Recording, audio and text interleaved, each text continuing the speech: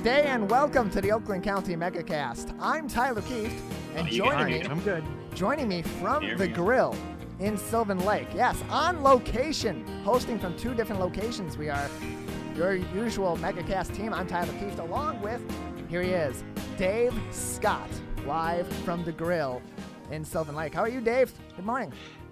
Tyler, good morning. I'm doing great. I'm here at the grill. The food looks incredible, smells even better. People are really, really happy to be here and back in a restaurant. We've got a nice turnout here. People were even here, Tyler, before the doors opened this morning at 10 o'clock. And the grill did a great job. Vicky and the crew here, amazing. And they've renovated. They took the opportunity while things are not busy to renovate. So we will be here throughout the broadcast today and certainly talk to some listeners, talk to people that are here, and recognize this huge day as restaurants and retail finally open up again here in the southern part of the state. Yeah, it's great to see they're back open. I see some people there behind you, and you came in there right away when they opened this morning. What were some of those differences that you noticed coming in immediately than the normal restaurant experience? Well, we have some people wearing masks. So I can't move the camera around too easily today, the way we have it set up. But Dave Pomeroy, one of our fine listeners who came in to get that free cup of coffee this morning, stopped by, walked in with his mask. A lot of people are wearing their masks, and then they unmask when they get ready to dine. They really did a nice job here at the grill in Sylvan Lake, putting up barriers. They put some very decorative wood barriers between the booths, so it's not what you typically see, that sterile plexiglass. So not to do too big of a commercial for this place, but they renovated it during the time when they were off, and it looks fantastic. And then, of course, Tyler, I'll get one here and show you, but the COVID monster that we talked about last week, they have stuffed animals on every other table to make sure that people are keeping all their social distancing. And I think it's a great idea. So the COVID monster is at work. In fact, Vicky, if you can come right over here just to my right, we can see you. And there's Vicky, the owner, and Tyler. There's the COVID monster. We'll get a chance to talk to Vicky in a little bit. But no, they're embracing it, especially Vicky Kirker. She's been doing a great job here and, embracing it in a very positive way. And it is. It's a great day for retail, great day for restaurants, good day for the state of Michigan as things begin to open back up. And, and it's a beautiful day, so that makes it all a little bit better. Yeah, it's overall just absolutely fantastic. Restaurants now able to reopen at 50% capacity. They got to maintain the social distance. They have to put those new measures in place. But even 50% capacity in person, it kind of brings some sense of normalcy back to the entire operation. No, it is. And then, of course, later on today, we'll see more and more establishments open up as the day goes on. Certainly we'll see clubs and bars open up. So it's going to be a great day. And, Tyler, I talked to a lot of people over the weekend, and apparently the quarantini is definitely the drink of the day. Everyone is talking about getting a quarantini later on today. No one exactly knows what a quarantini's ingredients are, but everyone's very, very excited about having one. So we'll look forward to that. A lot of other news headlines to go over to today on the COVID-19 front and otherwise, if you would indulge me for a moment. Absolutely. Okay, so first of all, restaurants open, retail opens, and then after we got off the air on Friday during the protests in West Bloomfield, we found out that the governor was going to open up the salons and other establishments, nail salons and hair salons, and we will finally be able to get our hair cut, and that happens on the 15th of June. Making big news over the weekend and late last week was a word from the state of Michigan over what I think is a huge underreported crisis, and that is what's going on with unemployment checks. The state has put on hold 340,000 unemployment checks, and I can't think of worse timing, and they're doing it because they say they're having a fraud problem with unemployment. So I want to talk about that a little bit. I don't want to pick on anybody, and we are not a partisan show, but that being said, taking away unemployment from people at this time seems to be extremely punitive And if the state is having trouble with fraud, then maybe they shouldn't put that on the shoulders of people who are unemployed, especially right now. So at 340,000 people, and Tyler, add that to all the people that haven't been able to get their unemployment, even if they applied. And we're going to talk to a couple of people today that are having a huge problem with unemployment. It's a big issue here in the state of Michigan. On the protest front over the weekend, Tyler, first of all, we saw an amazing and very peaceful protest on Friday in West Bloomfield. And as I traveled around the state over the weekend, it reached everywhere. I was shocked to be in downtown Charlevoix on Saturday night at 7 o'clock. And all of the main drag in downtown Charlevoix was lined from one side of town to the other with protesters way up there in northern Michigan. So this is not an issue that is only being dealt with in our major markets and major urban centers. All of America seems to be participating in this. And I talked last week a little bit about, how, this is a little bit different than it was in the 60s. I'll tell you one thing, when we were protesting the war back in the 60s, it wasn't as widespread as I remember it as this activity has been. And every town, every nook and cranny, even if there's only a handful of people, and even if there's not a significant minority population in that community, they seem to be getting involved. So it's been remarkable, Tyler, and it was remarkable to see that and inspiring to see those activities in Charlevoix over the weekend. It's been fantastic, and it has been remarkable to see people of all different walks of life joining together and getting involved in this cause, and in this cause for the right thing. Even yesterday, I was driving back. I came into the shop here at our offices yesterday briefly to do some work for today, and on my way home, I'm driving through Walled Lake on my way home to Vixen, and I see these three kids. There's two white kids, and one kid is also black, with signs on the side of the road, their own individual protests. And these are kids that are maybe 10, 12 years old, out for a walk, probably out playing on the playground somewhere now they're reopened, with their own signs, doing their own march, standing at the roadway and protesting for Black Lives Matter and the cause that's at hand. It's been beautiful to see people of all different kinds taking charge in this effort. Well, it really has been, and again, remarkable that it has penetrated so many of the small towns here in Michigan and across the country. So also on the show today, we're going to talk to Rob Fowler. Perfect time to do that. Rob is the CEO of the Small Business Association of Michigan, and we'll check with him as more and more of his members are opening up. Another big chunk today with restaurants and retail opening up. And then Kevin Lent checks in. Kevin was on the show last week. He is a spokesperson for Safe Salons of Michigan Coalition, and they were not all that happy a couple of days ago. Should be a lot happier now as the governor is getting ready to open up salons here in Michigan. So we have that and a whole lot more coming up, Tyler. And I'll talk to some of the folks here at the Grill in Sylvan Lake. We're on Orchard Lake Road, and we are just west of Telegraph. So if you're cruising up and down Telegraph today and you want to stop in and say hello, get some breakfast, come on to the Grill. So stop on by the Grill in Sylvan Lake on Orchard Lake Road, and we hope to see you.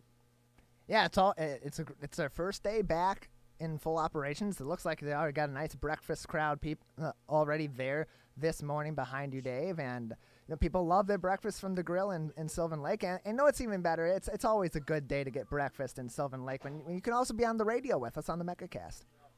Absolutely. Come by. I'll buy a cup of coffee, and we really look forward to seeing you. Okay?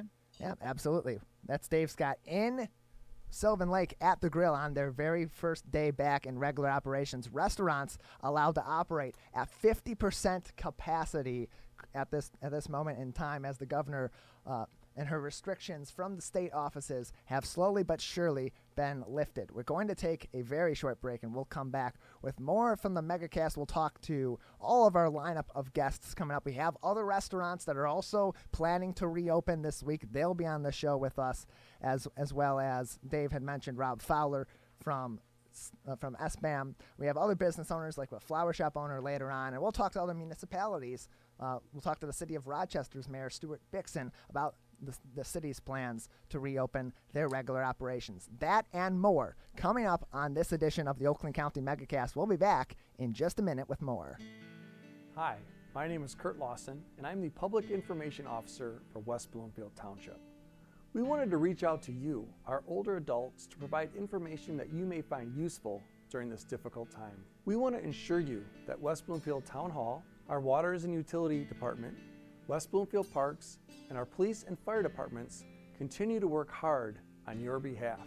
Information and resources can be found on the Township website, the police Facebook and Twitter, or call West Bloomfield Parks COVID-19 Help Hotline. Please remember to keep your social distance of at least 6 feet, wear facial coverings when you leave your home, and wash your hands for at least 20 seconds with soap. These precautions will help keep you safe during these difficult times. Hi, I'm Dr. Faust, the Medical Director for the Oakland County Health Division. The most important thing you can do to prevent the spread of illness is to wash your hands thoroughly and often. Follow these 6 easy steps every time you wash your hands. Step 1, turn on the sink and wet your hands with warm water. Step 2, apply soap to your hands and lather between your fingers, under your nails, and the front and back of your hands and wrists. Step 3, wash your hands by scrubbing them together for at least 20 seconds. Step 4, rinse your hands with warm, clean water. And step 5, dry your hands with a clean cloth towel, a paper towel, or hot air blow dryer. If you're using a cloth towel, make sure to change it often. For handheld faucets, turn off the water using a paper towel instead of your bare hand. Step 6, if you're using a paper towel, throw it away. Practice healthy habits like washing your hands after coughing or sneezing into them to keep you and others healthy. Go to oakgov.com/health or call Nurse on Call at 1-800-848-5533 to learn more.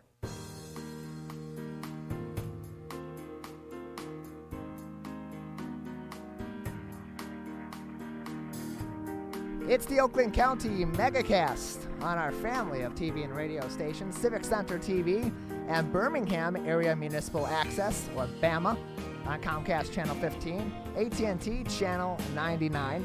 On the radio, of course, right here on our flagship, 89.3 Lakes FM and lakesfm.com. 88.1 WBFH, The Biff, under the leadership of station manager Ron Whittables, and WAHS 89.5 Avondale Community Radio. I'm Tyler Keefe in the Lakes FM studios. We are also joined by our regular host of the show and my co-host Dave Scott from The Grill in Orchard Lake. And now our first guest of the show today is from the Prime 29 Steakhouse in West Bloomfield. His name is Stoli Leedy, and he joins us now on the Oakland County Megacast. Stoli, welcome to the program. Thank you. Thank you very much. Pleasure. So how are you? How's your team at Prime 29 been doing? We're doing very well. Everybody's very positive about the reopening. They can't wait to get back and service our community and our customers. We're happy. We're ready. We have been working really hard in the past 2 weeks to put together training manuals and put together a very detailed plan of how we're going to handle the guests from the moment they walk through the door till the moment they leave the restaurant. We have also been in regular contact with the health department and making sure that we're. It was very interesting that one of them was they do not recommend wearing gloves in case our customers do see that and they get worried. The health department recommends to always. This is only for front of the house, the kitchen, of course. All it says to wear gloves per. So just a moment. Regulations, but the front. So we seem to have lost your video, Stoli. We'll take a quick moment and let you get back on there. Stoli Leedy, the owner of Prime 29 Steakhouse in West Bloomfield, joining us on the Megacast. His video is now back. We'll check back in with him. Stoli, can you still hear us? Yes. Good. Yes. Okay, we can see you Sorry now. about that. That's okay. So you've made some changes. You've been going through a lot of training with your staff over at Prime 29. As far as in-house changes, we've seen we're co-hosting today's show. I'm co-hosting today's show with Dave Scott, who's over at another restaurant in the local area, and they've made some significant changes to their layout and how they align customers in their restaurant. What changes are underway, and what will people be expecting to see when they go back to Prime 29 Steakhouse this week?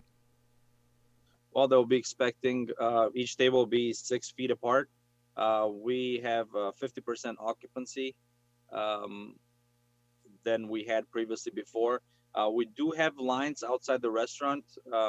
It's fortunate that this is happening now in the summertime, to where they can kind of go down the in case of non-good weather situation. Even though the area is covered, we recommend that they are waiting in the car, and we'll call them when the reservation, when the table is ready for them. But we have signage to direct them in our waiting areas. We're going to block the front to where our customers are now directed in the bar area to be treated as a reservation. So we would be walking the bar area as a reservation, rather than allowing them to freely walk to the bar area, in order to keep safety of our customers.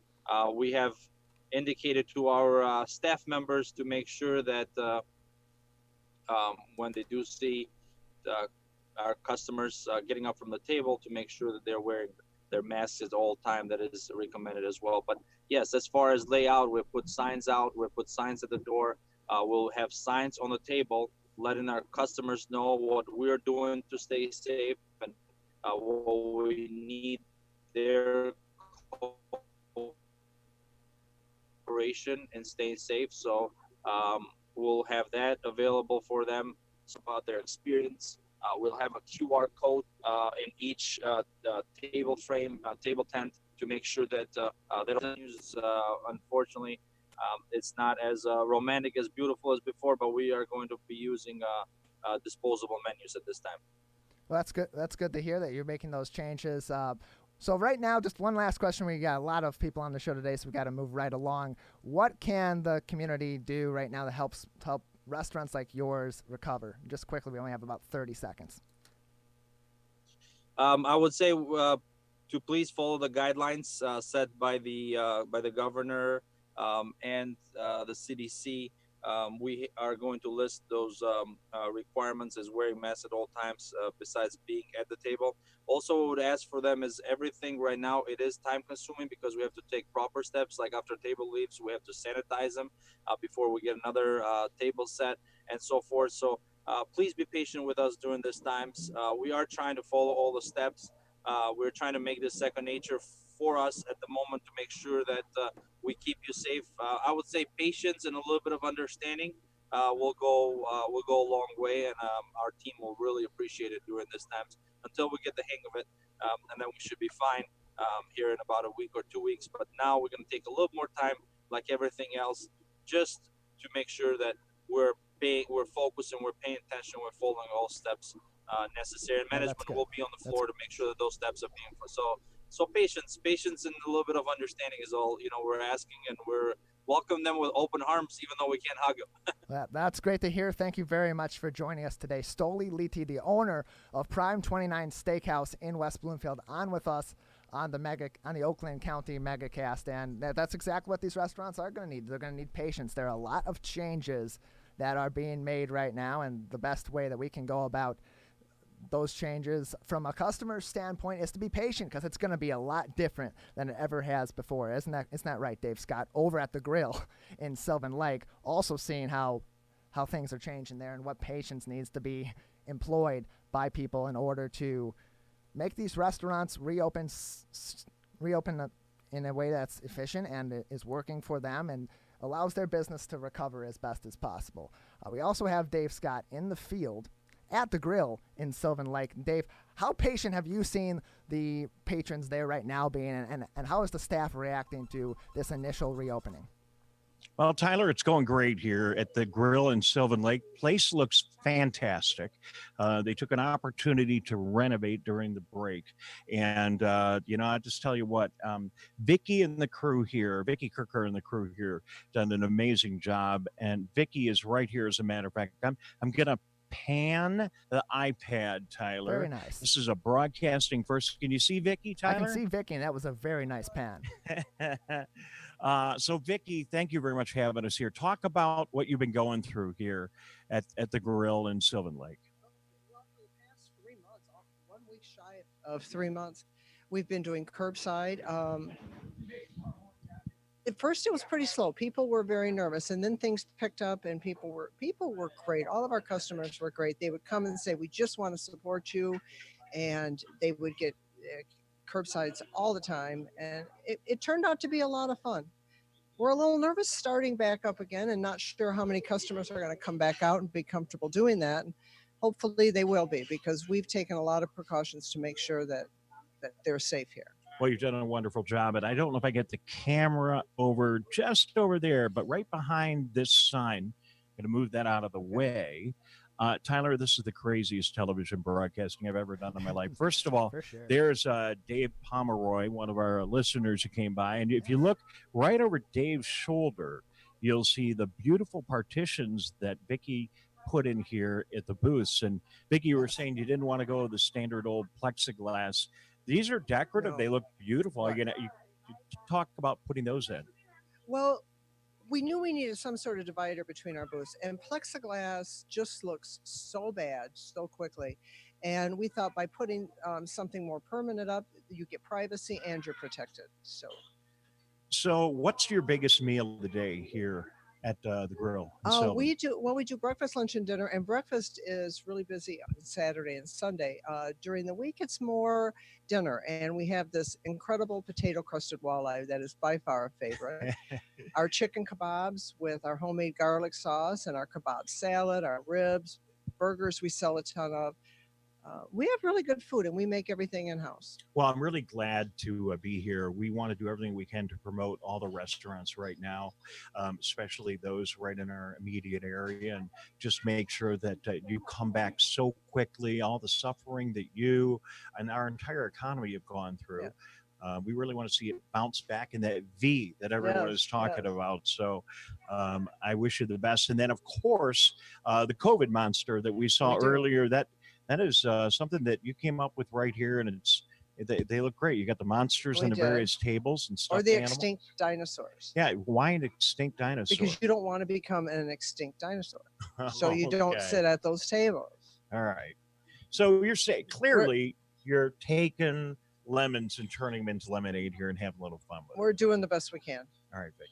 And we hope to have fun. And thank you for broadcasting here today. No problem. We're having a lot of fun. We're going to stick around for a little while. Is that all right? All right. I hope you do. All right, Tyler. So that is a story from the Grill in Sylvan Lake. Come on by. Great place. If you haven't been here ever, it's a fantastic restaurant. If you have not been here in a while, come by. And whether it's the Grill in Sylvan Lake or it's any establishment, maybe someplace you've not been to for a while or someplace new you want to try, the restaurants and especially the restaurant workers will be delighted to see you come back and do all you can to get their very important sector of the economy back in action. So, Tyler, that's what's going on here. I got some coffee. We're going to have some breakfast and look forward to talking to more people. Yeah, and obviously with you having breakfast there and you being there having coffee, having breakfast, doing the show, and other people, of course, at the bar and at their seats eating their breakfast, they're not wearing masks, but everybody else in the restaurant, the wait staff, the managerial staff, and so on, and even people walking in, they are wearing masks, correct? Yeah, everyone is masked up, the staff. Vicky took her mask off just to be on the radio and TV with us, but you might have seen it was on her wrist. All the staff is masked up. I've got my mask here. I'm masked up when I'm not on the air. And we're all doing what we need to do. But if you're going to eat, it's very difficult to wear a mask and eat at the same time. So what I've been seeing is I've been going to the restaurants in northern Michigan that have been open for the past several weeks. Not many people, when they're at their table, are wearing their masks. They're usually wearing them on the way in and then taking the mask off and enjoying their meal. And the idea when you go to a restaurant is to go with people that are in your group, people you're living with and other folks that you're comfortable being in less than that typical 6 foot distance. But as you saw, Vicky was 6 feet away from me. There's plenty of room here, and I think they're going to make it work. Yeah, it looks like it's working really well, and it looks like everybody is following the rules around there. And the reason I asked the mask question was to see what the safety outlook was from an operational standpoint, and it looks like it's been made very safe. They've taken the precautions, and a lot of these restaurants locally have done that as well. Well, we got our next guest on the line as well, Dave, so you had something else to say? No. Let's continue or take a break, whatever you want to do. Yep, I just wanted to say we have our next guest online, ready to go. We're going to take a very short break, and we'll come back with Rob Fowler joining us from the Small Business Association of Michigan. You are listening and watching the Oakland County Megacast on our family of stations, and we'll be right back. Coronavirus has put us to the test. Now it's time to put it to the test. We've greatly expanded testing in Michigan. So people who think they may have COVID-19 with symptoms like fever, cough, and shortness of breath can get tested. And those without symptoms who work in public can now get tested, as they could carry the virus. Start by calling your healthcare provider or contacting a testing site near you. Learn more at michigan.gov/coronavirus test. A message from the Michigan Department of Health and Human Services. The Oakland County Megacast is back on Civic Center TV on 89.3 Lakes FM, on 88.1 WBFH, The Biff, WAHS 89.5 Avondale Community Radio, and on Birmingham Area Municipal Access, or BAMA, in Birmingham, in Brigham Farms, in Beverly Hills, and in Franklin. That makes up our Megacast family of stations. I am Tyler Kieft, joined, as always, on the show by Dave Scott, live on location from the Grill in Sylvan Lake. It's an exciting morning in Sylvan Lake and all throughout Michigan as restaurants reopen, Dave. Well, it is a great day, Tyler, and this is working out pretty well. I think, I think we could do this every day. You could stay back at the studio doing all the work, pressing all the buttons, doing all the prep, making sure everything happens technically, and then I'll be out at some restaurant having breakfast. As far as I'm concerned, it seems like a equitable relationship and arrangement. Oh, definitely. That sounds like a great idea. A great morning for you every day, Dave. Yeah, we'll see how it goes. Let's try this. Let's see if we can get all the buttons and dials and all the electrons flowing in the right direction, and see if I can see Rob Fowler. Rob is the CEO of the Small Business Association of Michigan. We know them as SBAM. And Rob, hello, and welcome to our broadcast today all over Michigan. Good morning, Dave. Looks like you've got a pretty good gig going there. I do. It's funny. It's not the way I ever envisioned doing a broadcast. I'm doing this on my iPad with a computer and then some radio gear, all patched and bundled together. But it's a new time and a new era in broadcasting, as it is everywhere, and in the restaurant business. And Rob, you would be so happy if you were here on this very important day. I'm at the Grill in Sylvan Lake, and they've done a great job. Vicky has done an amazing job, the proprietor here. She took the time when things were slow, totally renovated, came up with some really great ideas. I think one of the best ideas, I love sharing this with people, is the intermediary tables where they're keeping their social distancing. All the restaurants are finding creative ways to identify that those tables are not tables to be sat at. Here they have a thing called the COVID monster, and it's this really intimidating stuffed animal that sits on all of the tables that are not to be occupied at the time. So it's just fun, creative. But Rob, how do you feel on this day when retail and restaurants just like the one I'm at this morning are opening back up? Well, it's a big day. It's an important day. Obviously, we're very pleased that we're making progress and opening things back up. I know that small business owners all across the state are prepared to do what they need to do to make it safe to be in their place of business, to be either an employee or a customer, and really a high level of confidence that they know what to do and are prepared to do it.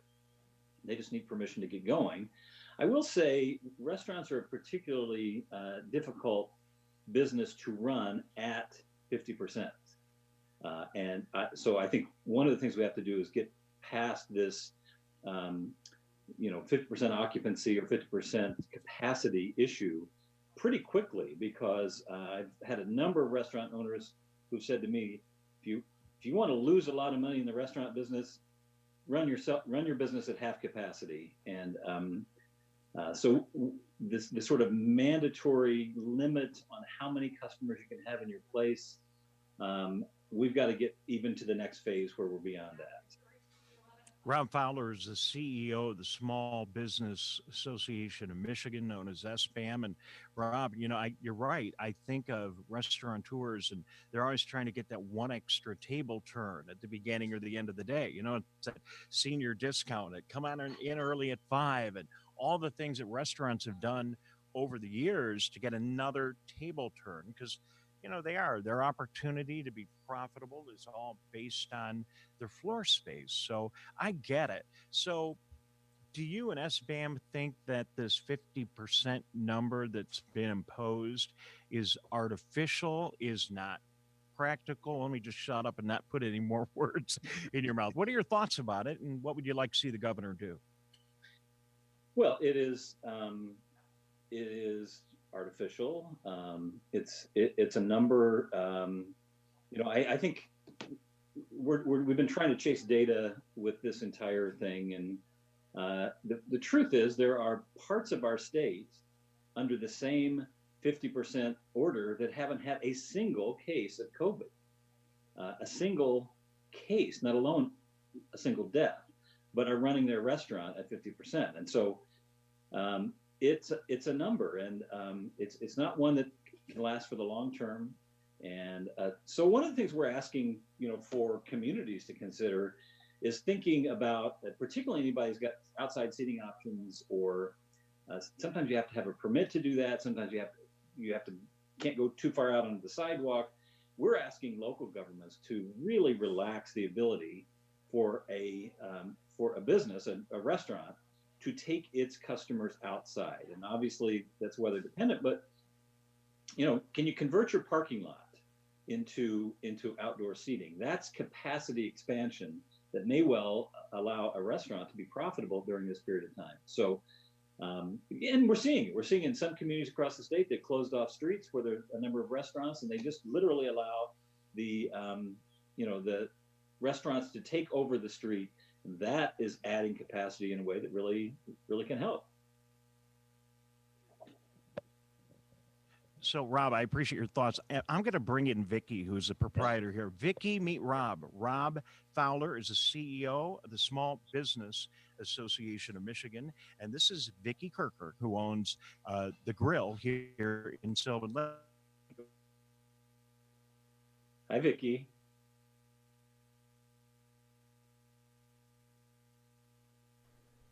It appears we may have just temporarily lost Dave's Actually, video. we have. I Here get a licensing this summer. Okay, we have lost Dave's video, so we'll just stand by for a brief moment and wait for them. Dave and Vicki we have their video back, but it looks like it's kind of shaky. Let's do this. Let's take a quick break and get Dave and Vicki back on with full video, and we'll come back in just a moment. Dave looks like he's reset, but let's take a quick, very short break, 30 seconds, and we'll be back with more of the Megacast with Dave and with Rob Fowler, the CEO of SBAM, on our family of stations. Hi, I'm Oakland County Executive Dave Coulter. Our top priority remains slowing the spread of COVID-19 in our communities. Please stay home, and when you must go out to an essential business, take precautions like social distancing and washing your hands when you come home. Because of the pandemic, we are behind in our response rate in Michigan. While you are home, please take a few minutes to fill out the census. It is more important than ever that we receive money back from our federal government. The census is Oakland Together.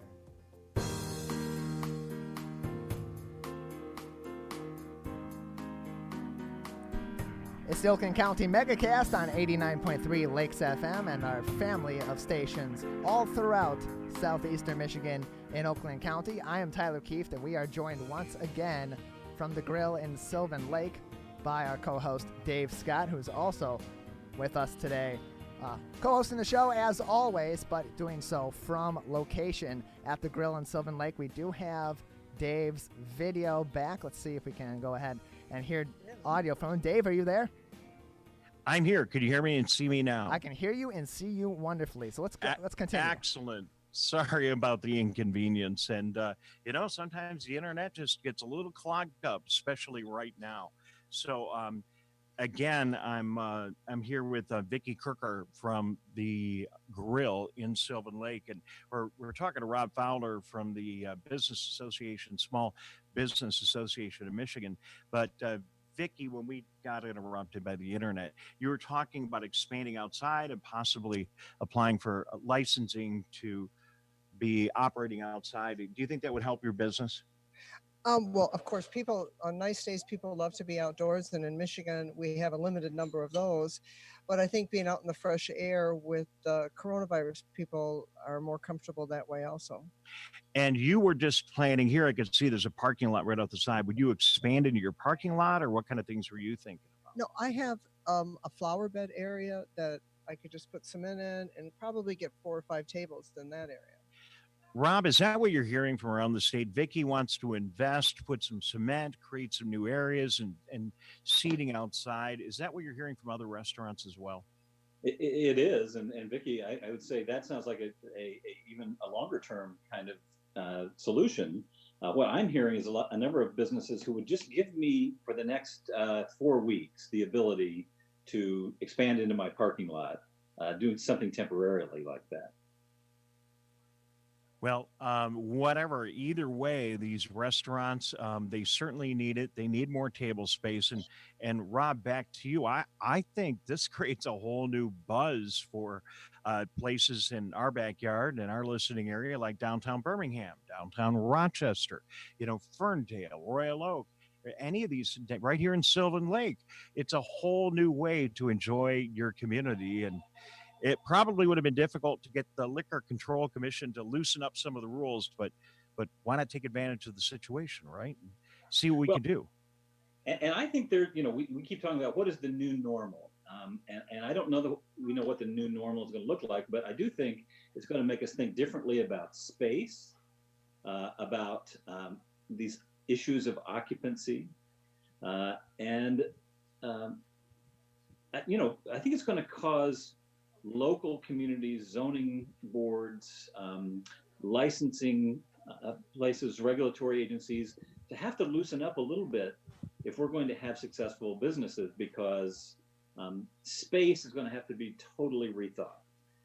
How long are we going to have to continue to do distancing? I've seen some projections we may be into 2021 or 22 before we could literally go back to what we thought of as normal before. So this is all about exploring what the new normal is, and I think we've got to rethink rules and regulations and laws even. Were you happy to see other industries opening up? We got the news on Friday that the salons and theaters and other things are starting to open up. We're making progress here. Is there any need anymore, at least for the short term, until we see another spike, for any of these orders anymore, other than just do what we've all learned to do in this new normal: social distance, wear the masks, be careful? Is that enough for the people of the state of Michigan right now, Rob? Well, we're the last state in the country where you cannot get a haircut. We're among the very few where you can't go to work out in a gym. Now there's a timeline for that, but the reality is, if you're a theater owner, you may not survive this at all. If you are a gym owner, you may not survive this at all. So that's always been the counterbalancing. I think we know what to do about distancing, PPE. Those rules are pretty clear, and I think we can do them in any environment, in any business. So we've got to get back to business. I keep saying it's going to be like coming out after a hurricane. and figuring out what the damage is, when we can finally get everybody back in business, and then we're going to understand who didn't make it at all, because I think we haven't discovered that yet. I think there are going to be some empty storefronts that that is going to surprise some people. Well, that would be truly unfortunate, but I think that there's a lot of potential for that unless all the stars are aligned perfectly. He is Rob Fowler, the CEO of the Small Business Association of Michigan. I'm Dave Scott. We're broadcasting out here in Oakland County with you today. We're at the Grill in Sylvan Lake, and I hope you take an opportunity today to get out and support the local establishments, either here or anywhere across our listening area. And, and if you're doing okay financially, why not double tip for the next week just to help out all of the people that are working in these restaurants? It's not only the people like Vicky here who owns the Grill, it's all the people that are coming back to work now that have been suffering. And Rob, to that point, making news headlines the last couple of days for the poor employees around the state of Michigan, many of them trying to get unemployment. It's been very difficult for them to get their unemployment checks. And the state just, and I'm not here picking the state today, it might seem like it, but the state also had to freeze 340,000 unemployment checks here in the state of Michigan because of concerns over fraud. And, that's just a double whammy for people that have been laid off, are laid off, and hopefully coming back to work. But it's been very difficult for employees during this whole time. Well, I think, we have an unemployment insurance system that was never intended to have this kind of capacity running through it. The amount of money that's flowing both to individuals through unemployment, to businesses through the PPP, the Paycheck Protection Program, there is fraught with potential fraud. And so the people who would take advantage of this kind of environment, surely there is a special place in hell for them if they try during this period of time to defraud the very people who are needing help. That said, there's a lot of help coming into the state of Michigan. 113,000 businesses in our state got the PPP. It's $9.7 billion of income that will come into our state. Most of it will be forgiven, so it will be considered to be a grant, and that will have an effect. And I think while I worry about the loss of sales, we did a survey recently, and 86% of our members who responded to it said they expect to have a loss of sales at least 25%. So that's a bad year by any count. And but I do think the PPP will have saved a lot of companies from going out of business. So it sort of is coming down to that in many ways. Well, just from personal experience, Rob, my company was able to apply for and receive a PPP loan. It was extraordinarily helpful. We are still sifting through the paperwork. We're not the only ones. It's a little bit complicated to make sure that you get as much of that money back. And the rules seem to be changing, hopefully favorably for all of us. But no, it's really good. It's been very, very helpful for many people. The question is, are the businesses going to be able to figure out what to do in the backside of it? And I fear for a lot of businesses, especially the smaller businesses, they could get themselves in trouble. If you're not talking to your CPA or your financial expert, especially if you're trying to do all this and figure it out your own, you have your hands full. Are you hearing that from others? And I'm sure SBAM is going to be working along with many other organizations to make sure the resources are there for people to figure this out. But it ain't easy. Well, I think you're exactly right. It's a complicated transaction, both applying for the PPP in the first place. And actually, there's a couple of other resources that we're encouraging businesses to take a look at. The Economic Injury Disaster Loan, or EIDL, is another one. But and then you have to spend it on the things that it's intended for and apply for forgiveness on the other end. We've done a couple of webinars that are on our website, and anybody's willing, all of it's available to any small business state. by bringing the experts together. So, I mean, yes, we would encourage you to talk to your own CPA, your own lawyer, but we know that there are a lot of small companies who just don't have a regular relationship with a certified financial advisor or CPA. And so we're bringing those kind of experts by way of webinar and other resources on our website so that small businesses can navigate this on their own if they choose to. I think they will always find that, now you've got to apply the rules to my business. And that is something you really need somebody sitting beside you to do. And I don't think there's a lot of gotcha in the forgiveness piece of this. In other words, I think that Congress has made it fairly easy to get forgiveness, and I think they just made it a little bit easier. Their intent is for it to be forgiven as long as it's spent on payroll, as long as it's spent on eligible expenses that are pretty clear and pretty necessary for a business. I think there'd be a high degree of forgiveness of that PPP loan. Well, we're hoping so. And I know the people that got that money are thinking of it. They're not really thinking of it intellectually as a loan. I know I didn't. I thought of it, okay, this is money the government is giving me, but I got to do this, I got to do that. And I appreciate your optimism, Rob Fowler, and how this is all going to turn out. I think it's going to turn out pretty good as well.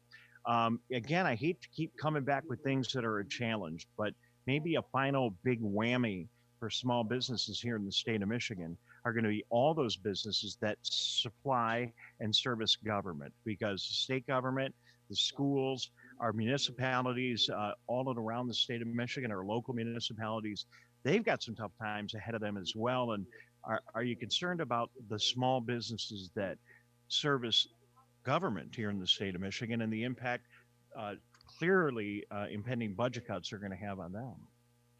I am. But,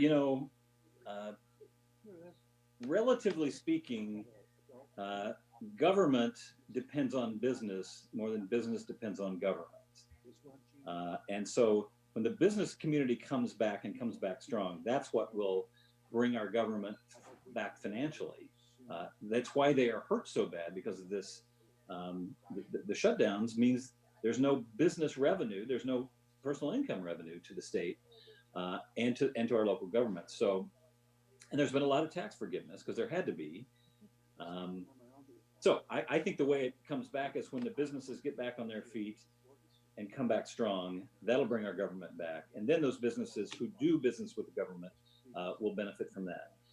I don't know many whose entire business is serving state or local or federal government. There are some for sure, but I don't know many companies who that's all their eggs are in that basket.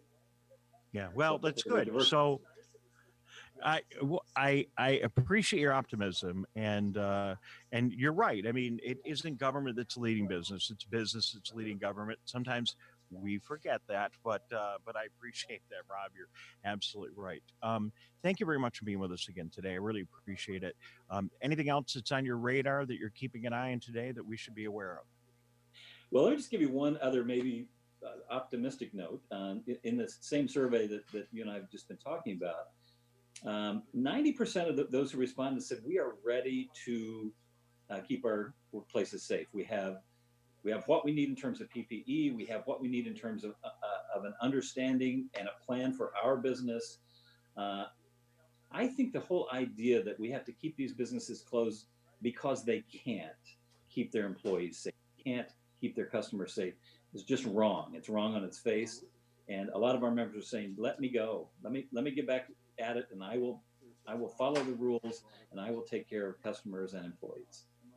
Well, we're moving in that direction. I think it took a little bit too long for almost everybody, and but we're moving in that direction. We are rolling down the tracks, and now it's a good day to remind everybody too that this just keeps going if everybody just does their part. You wash your hands, you keep your social distancing, you wear your mask. Mine is right here. I just took it off for broadcasting, and you do your part. It's all on us. But I think we're up to it. And these restaurants that we're going to go into again, if it's anything like what we saw in Northern Michigan, they've all done a fantastic job, and I expect great results today. And I'm also encouraged, Rob, on the way out by just the way the economic markets seem to be responding over the past couple of weeks. You know, if you look at Wall Street, they think that the economy is going to boom back. So, you know, if you're looking for something to make you feel good today, go out and have a bite, maybe have a cocktail later on, turn on CNBC. It won't be depressing today, and have a great day. Thanks, Rob. I appreciate you taking time. Thanks, Dave. Appreciate it. Rob Fowler is the CEO of the Small Business Association of Michigan, SBAM, doing so much during these difficult times to help businesses just like yours. Thank you for tuning in. I'm Dave Scott here on the Megacast. Tyler's back in the studio. Tyler, we're having a great time here at the Grill in Sylvan Lake. More and more people are showing up, and we're going to be here for a little bit longer, but we're going to take a break, and I'll send it back to you. Yeah, thank you, Dave. Yeah, it's a great day out in Sylvan Lake at the Grill. Dave's having a great time, and it looks like the place is getting good business on its first day back, so that's great to hear, great to see.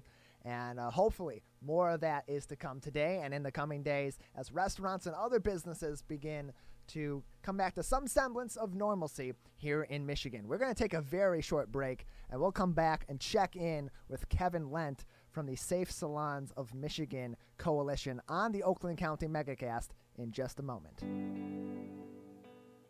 Technology like smartphones are wonderful devices to reduce social isolation in older adults.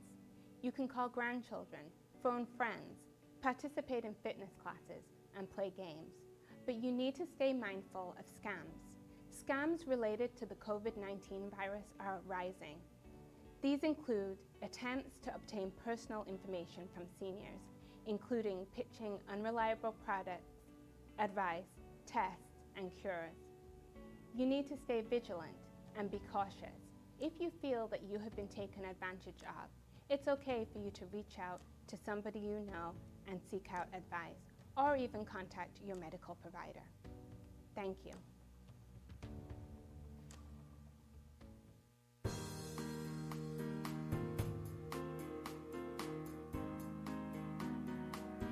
It's the Oakland County Megacast on our family of stations all throughout southeastern Michigan. I'm Tyler Kieft, joined by Dave Scott today on location from the Grill in Sylvan Lake. Dave, welcome back once again.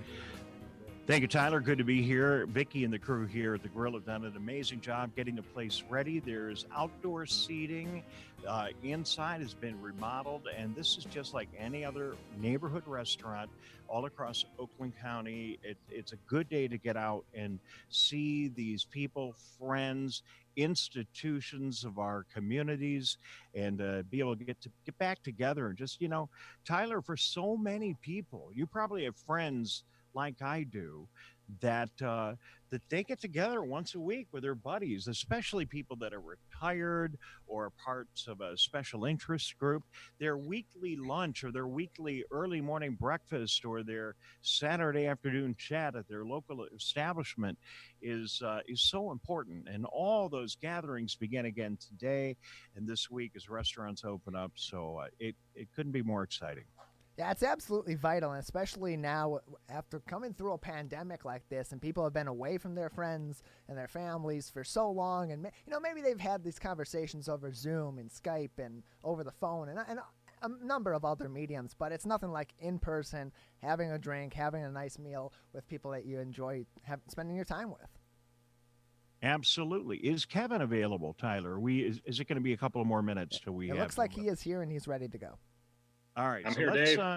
Hey, Kevin, let's welcome you aboard. I didn't think we'd be talking so soon, but I'm glad to have you back. Kevin Lent is the spokesperson for Safe Salons of Michigan Coalition. And Kevin, as you can see, I'm not in the studio here. I'm at the Grill restaurant in Sylvan Lake, and they're pretty excited. Restaurants opening up today, and it won't be long, and we'll be broadcasting live from a salon near you. I know, which is great. Although when we talked last week, I thought the next time we got together, we were going to be sharing a quarantini together. Well, that's still on the agenda, but okay, your salons are opening up sooner than we anticipated. So, Kevin, it was, I think, maybe a day or two after we chatted, the governor held her big press conference. talk to us about your reaction to that news that the salons will be opening up on the 15th of June. Yeah, clearly elated. Again, we don't think it was soon enough, and I have to applaud Rob Fowler, who you had on earlier.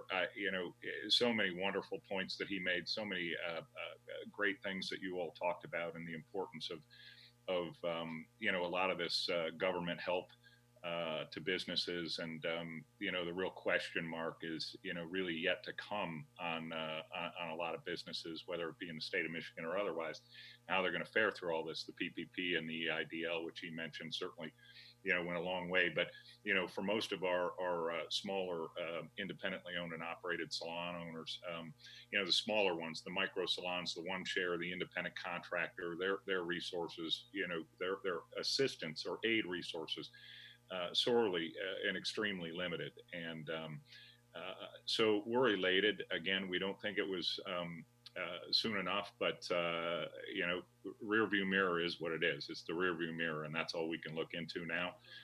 As it related to what happened, we're clearly focused on what's in front of us next Monday.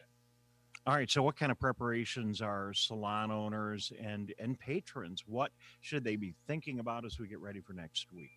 Yeah, so there's a variety of guidelines, and we're really proud that it appears as though with maybe we get an update from Laura later today, but it appears as though the kind of the back to work protocols were adopted without change that we put forth to the governor's office through Laura on May 21st. So you'll be seeing mask requirements, a lot of things you and Rob talked about, right, in terms of the practical nature of mitigating the spread of this virus. So masks, social distancing, and clearly not social distancing between the client and the salon professional, but social distancing between clients, within a salon. A lot of best practice recommendations, Dave, as it relates to not allowing walk-ins, having clients wait in the car for their appointment and calling or texting them when it's time for them to come in, 10 minutes between clients to allow contact times for sanitizing agents to be effective on shampoo bowls, on surfaces. So a myriad of protocols. You'll see hand sanitizing stations in salons, outside of washrooms, et cetera. So, pretty much what Rob said, a lot of businesses have been saying for several weeks, if not longer, we have a good plan to take care of our employees and our customers. Let us do that. And I think that's where we are in the salon industry. All right. Well, good luck with the opening next week. We couldn't have been more thrilled, and we don't want to take a lot of your time today, but it's great news. It sounds a little complex. Just to make it easy for people who are going to be going to their salons, I assume we're gonna mask up when we go, and yes.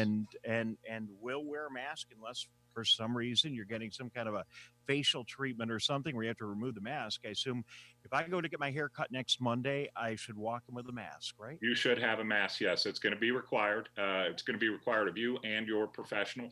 If it's a service, right? If you're getting a beard trim, at a barbershop, or a mustache trim, or a lip wax, a lot of females get their upper lip waxed, or a facial from an esthetician, you will be able to remove the mask for the time of that service, but then you'll have to put it on when it's done. And upon the removal, the stylist or the salon professional will add an extra layer of protection to him or herself by donning a face shield or goggles, to really kind of help mitigate the potential impact to them.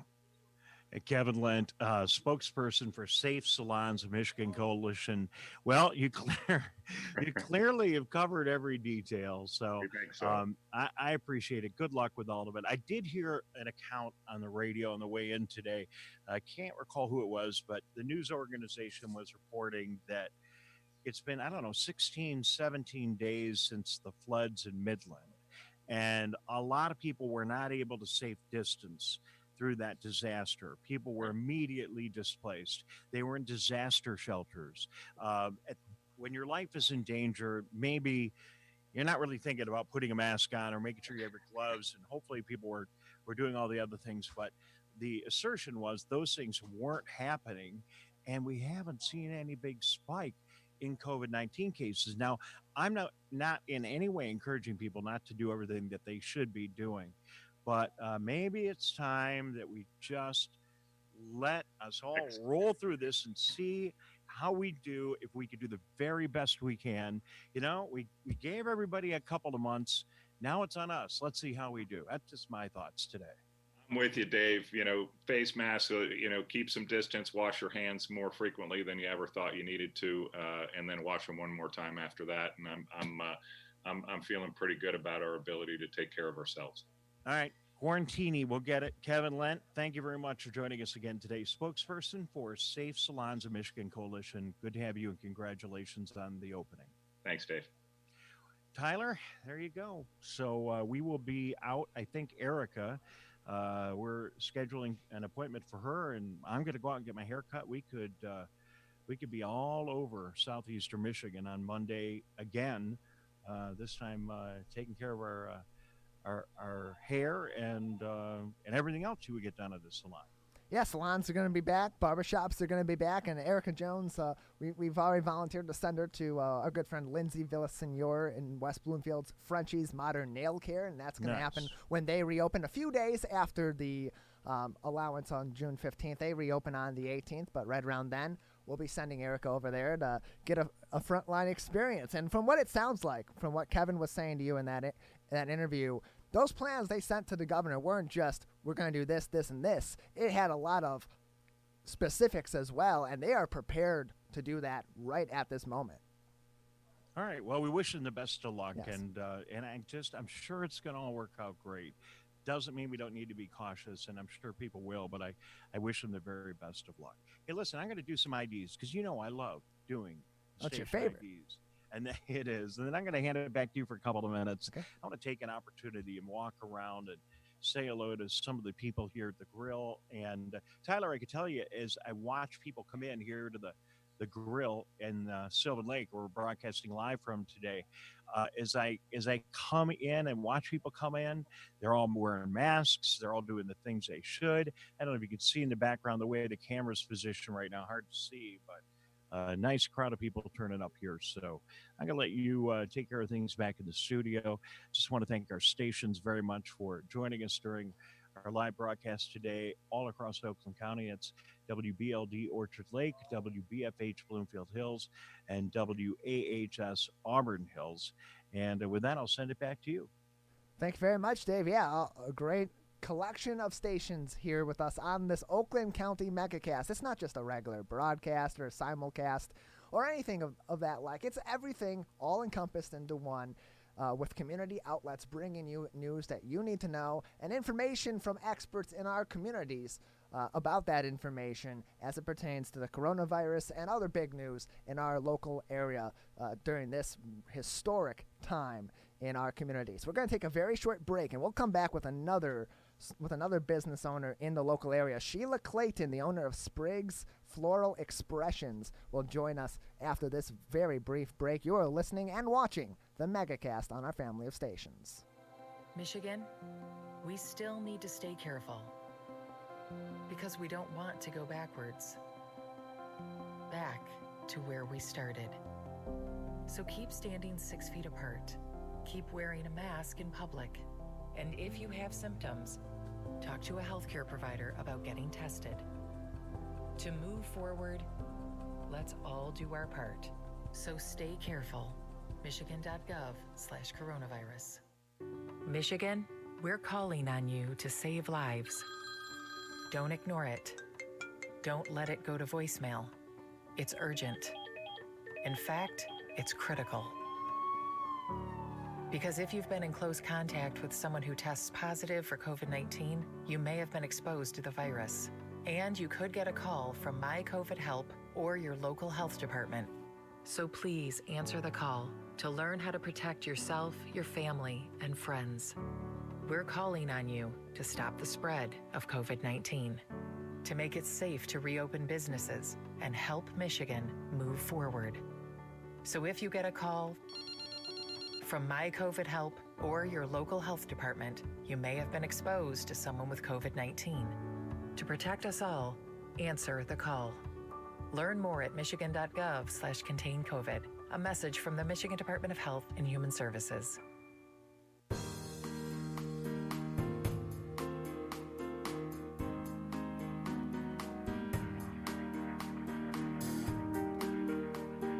This is the Oakland County Megacast on our family of TV and radio outlets all throughout the Oakland County area.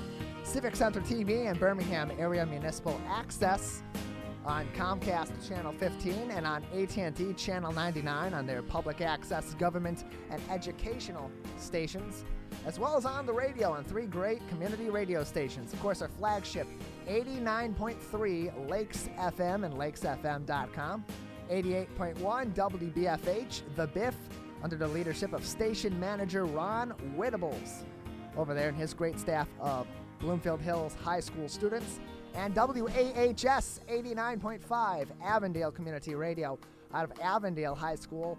Junior Logan Pizzuro, our engineer over there, student engineer. Man, that is quite the radio dynamo they've got over there in Logan Pizzuro, keeping us on the air each and every day, up with us early and bringing the Auburn Hills and greater community all the news that they need to know about the coronavirus in our local area, and businesses reopening, including barbershops in a few days next week, June 15th, all throughout the state, and in a couple of days in northern Michigan. Restaurants reopen and other shops such as flower shops. And joining us now on the Oakland County Megacast is the owner of Spriggs Floral Design. Her name is Sheila Clayton, and she joins us now on the Megacast. Sheila, thank you for being with us. Thank you for having me here. It's nice to see everybody. Yeah, nice to see you as well. How have you been? How's your team doing? Doing well. We have opened today is the first day we've opened for people to come in. So it's been a little bit of a struggle having been closed several weeks, but we got everything in place and we're ready to go. Well, that's good to hear. So it's your first time reopening the doors to your shop specifically right now for people to come on in. Yes. While this has been going on, have you been taking online orders? What's been going on with your business? How have you kept the business moving and alive? We did have to close it was 6 to 7 weeks. We opened up just before Mother's Day, and we were doing contactless deliveries and curbside pickups. So we did get a little bit of a start there. It has been a slow start, but looking forward to seeing things grow now that we're open again fully. So under this new normal that we're in, people need to be wearing masks, social distancing needs to be encouraged, you need to have your surfaces be clean to make sure that the virus isn't spreading through fomites and so on. What challenges have you had in operating under this new normal and preparing to open today with COVID-19 in mind? Well, thankfully, because in the floral industry, you do have to keep your surfaces cleaned and keep all of your equipment clean so that you stop the spread of bacteria among the fresh flowers. I did have some stock of wipes, Lysol, Clorox bleach. However, as after the beginning shift happened, that has been the biggest challenge. So now I'm stocked up again with the Lysol, have all of the Clorox wipes so that we can keep everything clean. Oakland County was very gracious and had some kits available to us, so we now have signage that we can put up reminding everybody to keep their mask on and social distance, and have hand sanitizer out for everyone, keeping things wiped down continuously, particularly with the pay systems that we use now. Often it is a system where you're signing with your finger. So we have to keep that very clean and get some stylus pens in so that people can use those. And those are things that you have to remember to clean, that you're cleaning all of the pens, every counter space, things that we might have done once or twice a week. Now we have to do after every transaction, basically. Well, we've seen a lot with restaurants. Dave Scott is over at the Grill in Sylvan Lake today, and we talked earlier with Stoli Leedy from the Prime 29 Steakhouse in West Bloomfield about changes that they're making to the layout of their business, where things are, where people are going, those directions that people are moving throughout the space. We've seen that a lot in grocery stores as well, with arrows pointing people in certain directions to maintain social distancing. Are any of those kinds of changes to be expected at Spriggs Floral Expression? We do have entrances in the front and back of the building, so we are making sure that from the back building, there's really only one direction, so we have to keep that aisle as a two-way, but we keep the distance of anybody that's in here. And then in the front, the center floor is large enough that they'll just kind of loop around, and there will be some directional arrows to show that loop that should be maintained. Well, that's good to hear that you're putting those measures in. As far as training for your staff, have you, with this time that you've been away from the store and people haven't been in there as far as customers are concerned, you and your staff have you had to undergo any sort of training to prepare for this new normal you're operating on? Because it's got to be wildly different than the operations pre-COVID-19. Oh, it is very different. Especially contactless delivery is very different for us, and also taking some precautions with how we're packaging packages. For people that have maybe that lowered immune system in particular, we are now spraying things down with Lysol before they go out. If people have family that are in senior living homes or assisted living homes, there's different procedures that we've had to meet on and discuss so that we know. Those are always sprayed with Lysol, which is something that we would not normally do with our product, but we're doing that, spraying the wrap that goes around it. Obviously, I'm not wearing it, but I have my mask here, so we do have masks available that everyone wears when we're in proximity to each other, if we're either all in the front or in the back area. So we've definitely had some changes that we've had to make, and we'll continue to meet on it. Keep up to date whenever there are updates coming out from the governor and anything that's changed and any updates from the county or from the city. Joined on the Oakland County Megacast with Sheila Clayton, the owner of Spriggs Floral Expression in Auburn Hills. Sheila, you're operating a small business. We talked earlier in this program with the CEO of the Small Business Association of Michigan, or SBAM, Rob Fowler. And earlier on, last week actually, the Small Business Association of Michigan put out a survey to businesses throughout the state, and it was reported in those surveys that 6 in 7 small businesses say that their sales declines are their biggest concern. 60% of them expect drops of 25% or more. 1 in 7 of the surveyed businesses said they don't believe that they will survive the results of the pandemic. Are you worried coming back now that the sales lost potentially from foot traffic could be catastrophic, or are you feeling confident that Spriggs Floral Expression in Auburn Hills is going to recover nicely and will have a bright future ahead of itself?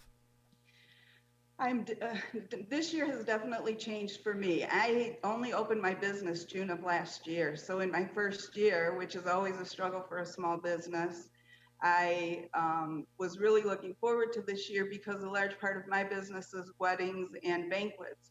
And this year was full of those.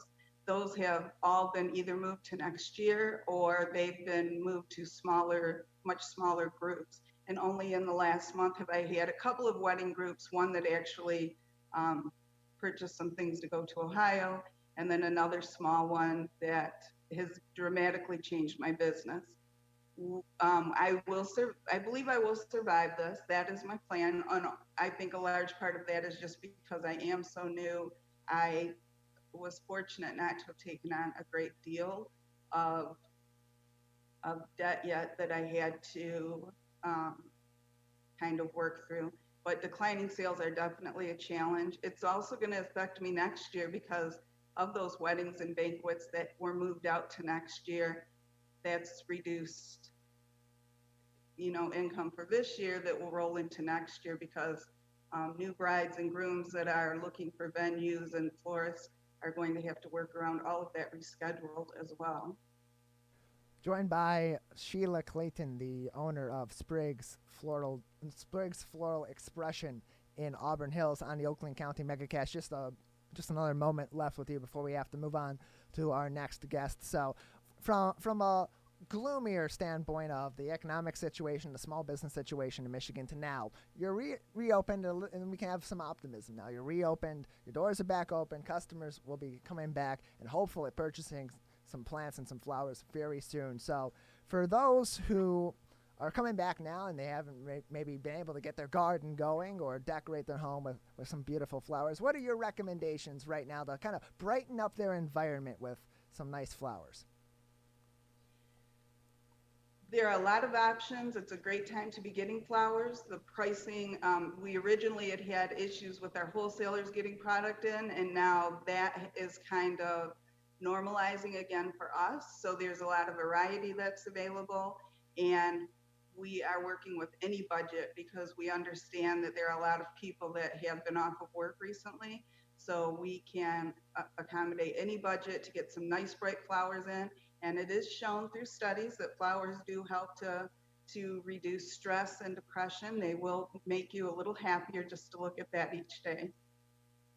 Well, hopefully bright times ahead for you, for your business as well, and for all of us here in Oakland County and throughout the state of Michigan as we slowly but surely emerge from the end of this pandemic. Sheila Clayton, the owner of Spriggs Floral Expressions in Auburn Hills, thank you very much for being with us today. Thank you. Everybody have a great day. You as well. Thank you very much, Sheila. We're going to take a very short break, and when we come back, Michigan has frozen 340,000 unemployment accounts amid a fraud probe during the pandemic. According to Bridge, Michigan, there's a significant amount of fraud in new applications, as reported by the director of the Department of Labor and Economic Opportunity, Jeff Donofrio. We're going to talk to a local resident about her struggles with the unemployment agency getting her unemployment checks and what this new issue is doing to cause even more issues with unemployment, with those seeking unemployment and getting their paychecks during this struggle of a time. This is the Oakland County Megacast. We'll be back in just a few. I'm Tyler Keefe. Dave Scott with us as well at the Grill in Sylvan Lake after this break. Coronavirus has put us to the test. Now it's time to put it to the test. We've greatly expanded testing in Michigan. So people who think they may have COVID-19 with symptoms like fever, cough, and shortness of breath can get tested. And those without symptoms who work in public can now get tested, as they could carry the virus. Start by calling your healthcare provider or contacting a testing site near you. Learn more at michigan.gov/coronavirus test. A message from the Michigan Department of Health and Human Services.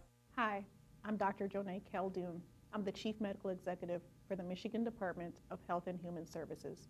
The people who are at highest risk of getting severely ill from COVID-19 are the elderly and those with chronic medical conditions. That includes people with heart disease, diabetes, COPD, or those who have compromised immune systems. People who are in those categories should right now be staying at home as much as possible and not going out if it is not essential. If you fit into one of those categories, those are the things you should do. And if you have a family member who fits into one of those categories, you should be checking in on them and making sure they are following those guidelines. There's something everyone can do to protect the community from COVID-19.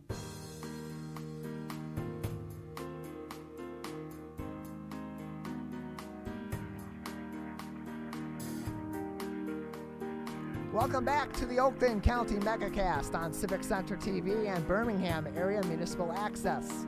On the radio on 89.3 Lakes FM, 88.1 WBFH, The Biff, and WAHS 89.5 Avondale Community Radio. I'm Tyler Keefe, joined again from the Grill in Sylvan Lake on location. My co-host Dave Scott with us as well. And Dave, unemployment, a huge issue right now in the state of Michigan. It has been all throughout this process, but a new wrinkle coming into it as well now with some fraud issues arising from the Unemployment Insurance Agency as well. Well, they have been reporting that, and I understand the challenges the state of Michigan is having in dealing with these huge numbers of the unemployed in the state. But that being said, 300,000 plus people now are not going to get their unemployment checks as a result of concerns the state has over fraud. And just to share a very quick personal story, the same is also true with regard to your income tax return. And there's been a problem over the past several years with fraud on people falsifying income tax returns and then collecting the refund from the returns that have been turned in that, in place of legitimate returns by other people. So somebody files a return with your name on it, and then they get your refund. So the state's had concerns about that over the several years, and the last 2 or 3 years, myself personally, I had to wait, I don't know, maybe 6 months to get my refund. And it kept happening year after year because I would get a letter from the state that says, well, we're concerned about fraud in a certain number of returns. We pull off the stack and you just have to wait while we triple verify your identity. And then the whole process of verifying identity was very cumbersome. And the only way I ever got my money was to get the help and assistance of my state senator at the time. And I really feel as a result for the people that aren't getting their unemployment, and it sounds like a similar situation. Joining us on the line now is Lauren Kensington. And not only she had a recent problem, she's had an ongoing problem collecting her unemployment. Lauren, thank you very much for joining us here on the Megacast. Good to have you with us today.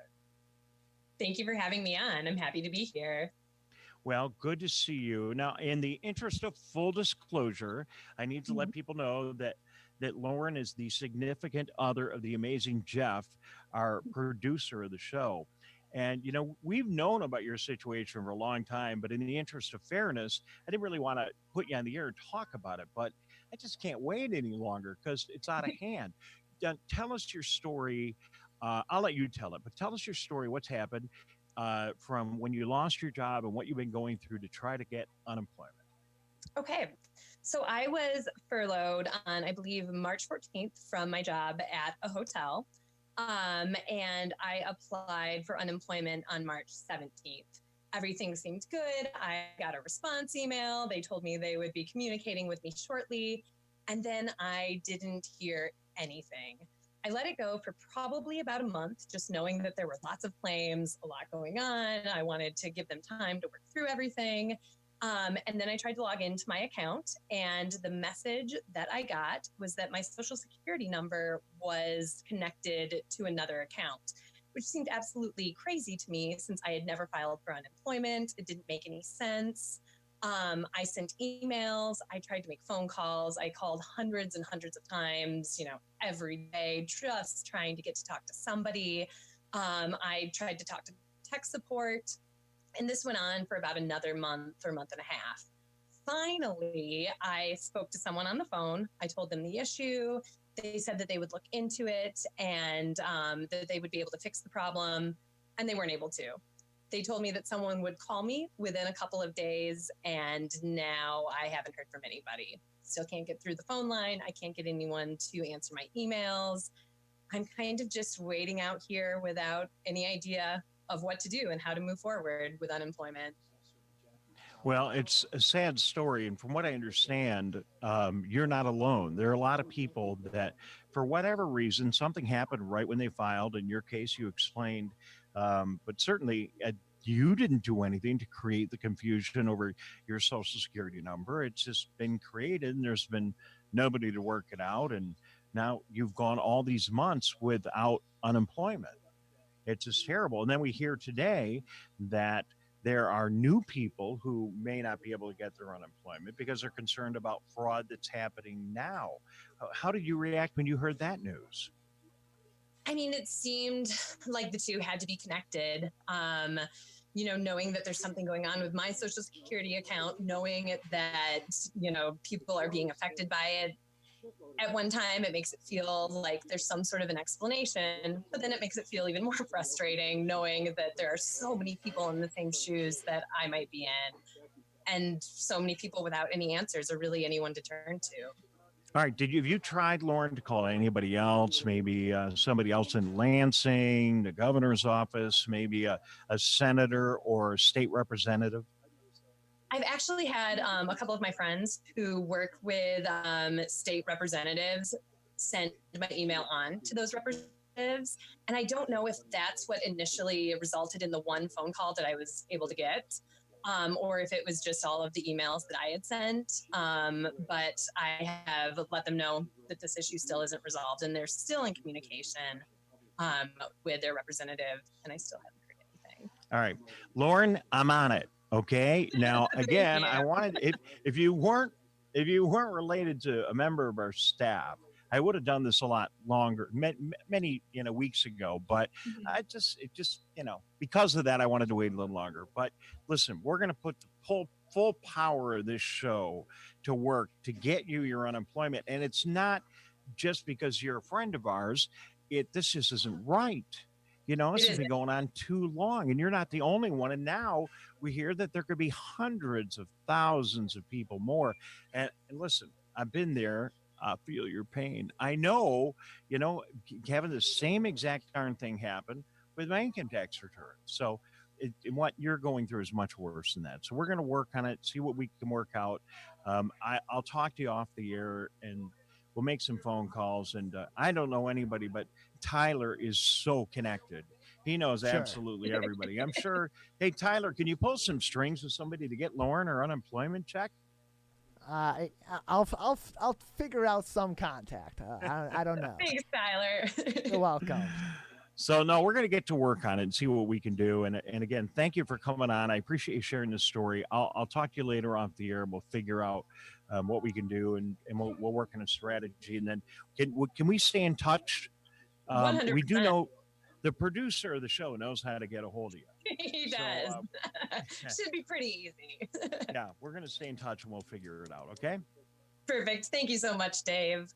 No problem. Thanks for sharing your story. Tyler, it's a terrible, terrible deal.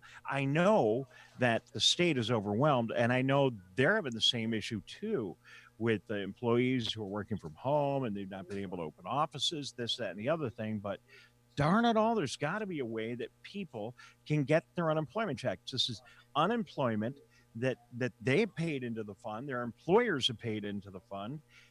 It isn't right. And going that long, she's been going since March. That's 3 months. That's egregious. That's not a delay. That's an egregious absence of a solution. It is. Fortunately, she's got a very well-paid boyfriend who works for us. But no, seriously, we got to get this worked out. So we are on it. Hey, listen, can I just talk to Vicky here for just a minute or two more? Oh, yeah. And then can we sign off here because it's starting to get busy, and I want to make sure Vicky gets her bar space back. Absolutely. Okay, Absolutely. very good. She's going to come over and say hello one more time. And we're just going to talk a little bit more about what's going on here today as restaurants open. And Vicky Kirker is the proprietor, if I could spit it out, of the grill in Sylvan Lake. Vicky, one more time, just your thoughts on this incredible day as restaurants are opening back up in Michigan. Well, we're starting to get some customers come in. It's actually pretty exciting. I feel like it's my first day in business again after 30 years. Well, and I've noticed that people are coming in, they're wearing masks, They're doing all the things that they should be doing. Is this about what you expected, or what were your thoughts? I think for a Monday, the first day back, it is about what I expected. I think I'll have more people tonight, but I think it'll be a slow start. And then as people become more comfortable with going back out in the world, they'll come out in the world again. All right. And they'll come to us. Well, I appreciate you allowing us to come here and broadcast today. And I know things are going to get better. There's an adjustment, not only for the restaurants and for the salons that are about to open up and the movie theaters and all the other sectors of our economy that are getting ready to open up. It's an adjustment for people too. I mean, Absolutely. The people that are sitting here in this restaurant, they've not been out to eat for, since early March. It's like, oh my, honey, let's go to the grill for lunch. It's like, oh my gosh, I forgot we can even do that. Right. Right. It's fun. It's fun for them. It's fun for us. So. All right. You want to give a final plug to folks here before we say so long? You guys come out tonight. Tonight actually is $2.50 domestic beer night, and we have chicken piccata for dinner. So please come out. We always, of course, have our world famous potato crusted walleye and ribs. So please come out tonight. We look forward to seeing you. Vicki, very kind of you to be such a gracious thank host you. today. Thank you for having us you. here. And Tyler, that is a story from just one of the thousands of restaurants all around Metro Detroit that'll be opening up again. And we salute every single one of them and the fine workers Absolutely. that are getting back to work today, and wish them all the very best of luck as we try to get back to a new normal that works for everyone. And with that, I'm going to let you wrap things up today. Thank you very much for doing all you're doing back at the shop. And anything else you need from me? No, that's about it. But thank you for being with us today again from the Grill in Sylvan Lake. It was great to have them with us, and a great crowd there today, it seems, already. All right, very good, Tyler. Thank you. Yeah, well, thank you very much, Dave. Dave Scott at the Grill in Sylvan Lake. On their first day back, restaurants now able to reopen at 50% capacity all throughout the state. Servers must wear their masks, and groups need to be kept about 6 feet apart, but there's measures being put in place at these various restaurants. Some are putting up the plexiglass that you're seeing in a lot of other places. Some are separating their tables by even longer distances or cutting off certain tables. Businesses like Vicky Kirker's business at the Grill is putting those COVID monsters on the tables to say this is a no-go table. You can't sit here. You got to sit the next one over to keep social distance, and making plans to move business outside a little bit more than normal as well. Increase the space and the capacity outside the building so that you can maintain the 50% capacity inside the building. A lot of creativity going into these operations, and it's great to see, and hopefully results in some really good business reopening for these local restaurants in our community. We're going to take a short break. When we return, we'll talk to another local business. We'll be speaking with another great local business in our community. Grant Wallach will join us, the sales manager from the Piano Place in Troy, when the Oakland County Megacast returns on our family of stations. Hi, my name is Kurt Lawson, and I'm the Public Information Officer for West Bloomfield Township. We wanted to reach out to you, our older adults, to provide information that you may find useful during this difficult time. We want to ensure you that West Bloomfield Town Hall, our Waters and Utility Department, West Bloomfield Parks, and our police and fire departments continue to work hard on your behalf. Information and resources can be found on the Township website, the police Facebook and Twitter, or call West Bloomfield Park's COVID-19 Help Hotline. Please remember to keep your social distance of at least 6 feet, wear facial coverings when you leave your home, and wash your hands for at least 20 seconds with soap. These precautions will help keep you safe during these difficult times. The Centers for Disease Control and Oakland County Health Division encourages households to prepare for the possibility of a coronavirus outbreak in their community. Keep extra items in your house for an extended stay at home. Remember any special food items for babies, the elderly, and pets. Keep non-prescription drugs and other health supplies on hand, such as personal medications, at least 1 month's supply, first aid kits, alcohol-based hand sanitizer, at least 60% alcohol, non-mercury thermometer, and get copies and maintain electronic versions of health records. Talk with family members about how they would be cared for if they got sick and what would be needed to care for them in your home. Learn about the plan at your child's school and your workplace. Discuss sick leave policies and/or telework options for workers who become ill. For more information, go to oakgov.com/health or call our Nurse on Call hotline at 1-800-848-5533.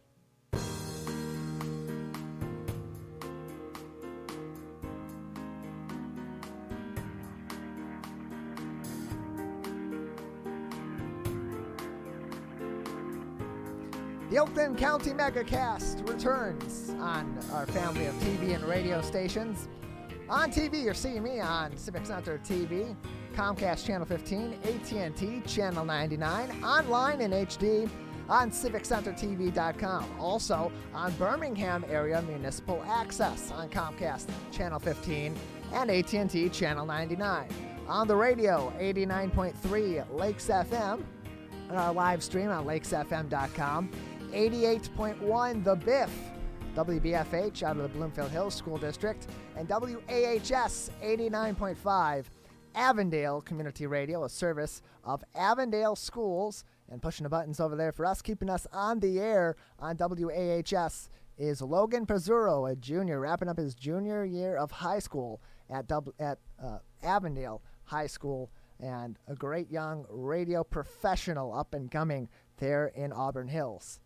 So lots going on in our community. Businesses are reopening left and right as restrictions continue to be lifted throughout the state of Michigan. That includes a lot of small businesses in our communities here in Oakland County. We talked with a few restaurants today, a couple of restaurants today, The Grill and Prime 29 Steakhouse, both in the greater West Bloomfield area.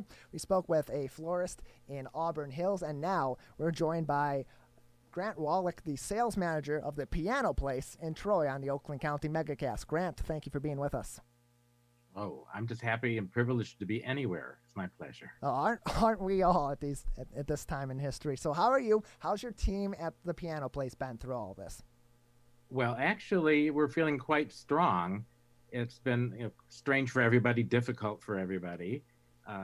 Each business probably has different problems. Ours is, when you consider that it's definitely a hands-on product that we're selling, unlike insurance, made it extra difficult. So we had to learn to adapt. And actually, in the time we were off, we had to think of different avenues and different methods that we've never thought of before.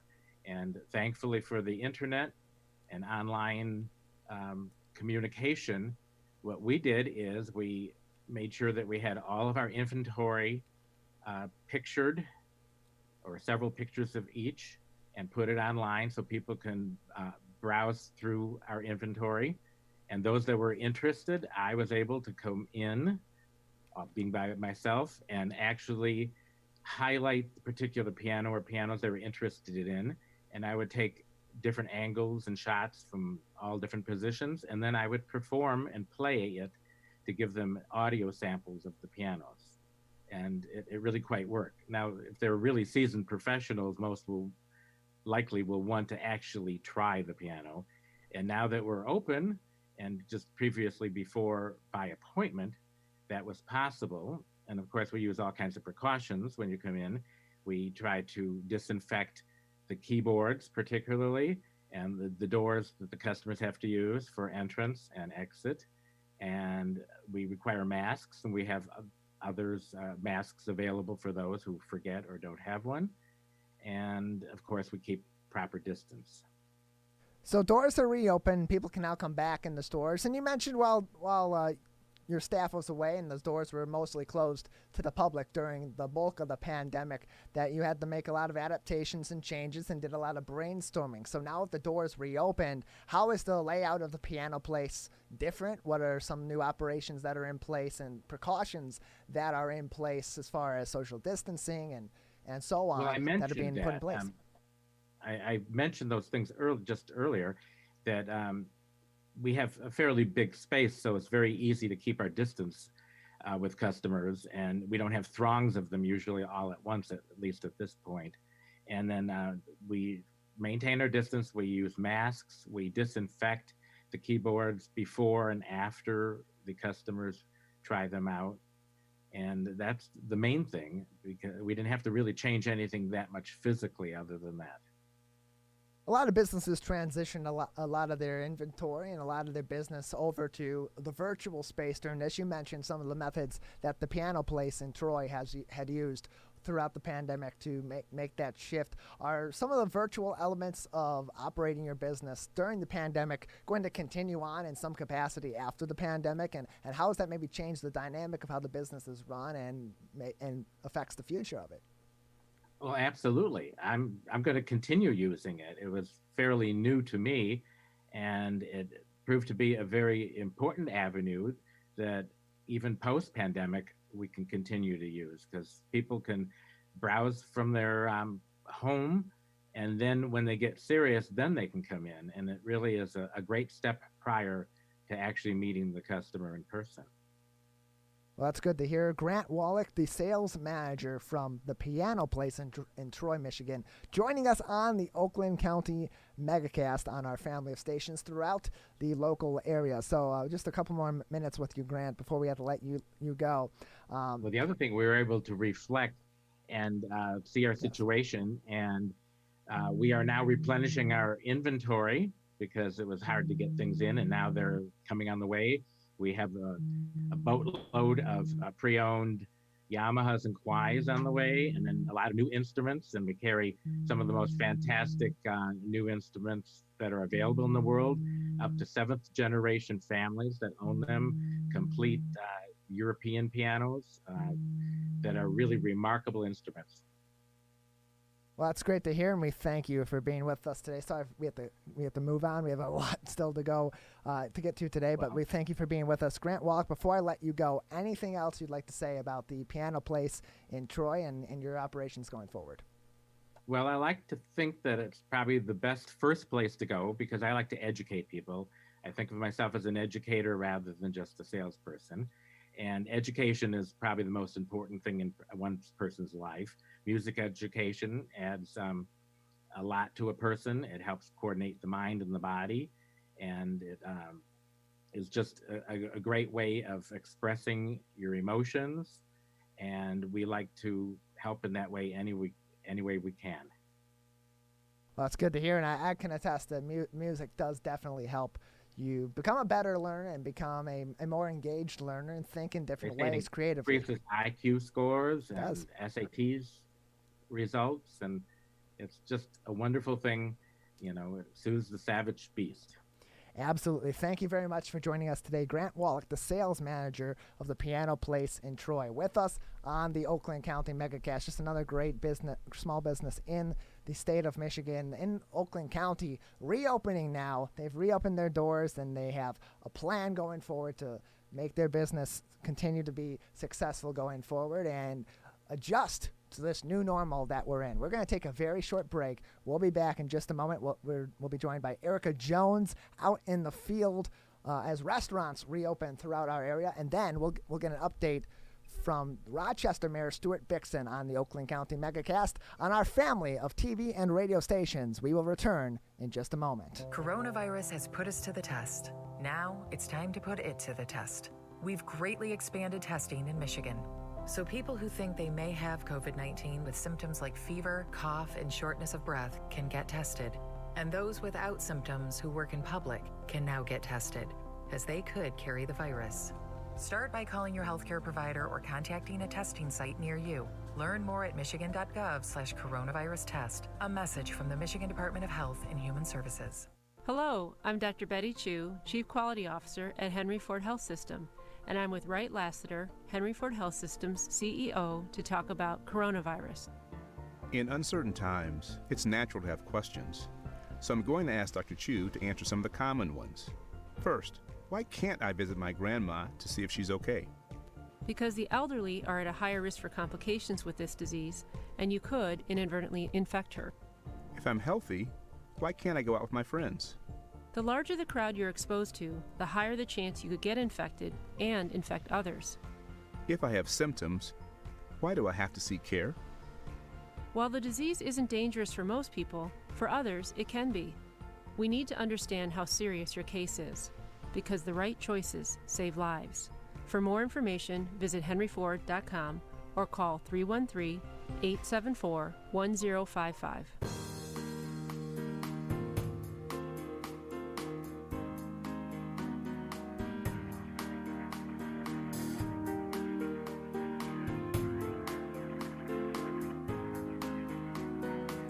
The Oakland County Megacast on our family of TV and radio stations returns. 89.3 Lakes FM, 88.1 WBFH, The Biff, WAHS 89.5 Avondale Community Radio, and on TV, Civic Center TV, and Birmingham Area Municipal Access. So, restaurants all throughout the state of Michigan are now able to reopen at 50% capacity, and we've seen today, we've heard from Stoli Leedy over at the Prime 29 Steakhouse in West Bloomfield. We've also heard from Vicky Kirker and the team over at the Grill in Sylvan Lake, but they're not the only restaurants open. Erica Jones has been going all throughout town in our local area here in Oakland County to get an update from restaurants of all different kinds. We are now joined in the field by our own Erica Jones. Erica, how are things out there? Thanks, Tyler. Hi, I'm here at McDonald's on Telegraph. They are letting people inside, but I would definitely say that there are still a lot of people, more people Sorry, one of the workers just gave me kind of a weird look, but I would definitely say that there are still a lot more people going through the drive-through. But there are some people sitting outside. I'll show you. Oh, well, there were.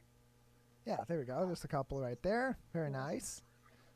So people. So yeah, there are definitely people outside, and now I'm gonna head inside. Hopefully that worker won't stop me, so we can get a better idea of what's going on. Okay. So as you've been traveling around to other restaurants as well, and you've seen other restaurants in the area, there's a lot of them. We're getting right around the lunch hour here. We're coming up on 12 noon. Are people starting to, you're seeing a lot more traffic in other restaurant parking lots as well, Erica? Yeah, so there's currently no one inside of here. Okay. You know, I think partially for a place like McDonald's that has a drive-through, people might just think they might as well still go with that option, even though they are able to come inside, is my thoughts on the situation, because like I said, there's currently no one in here.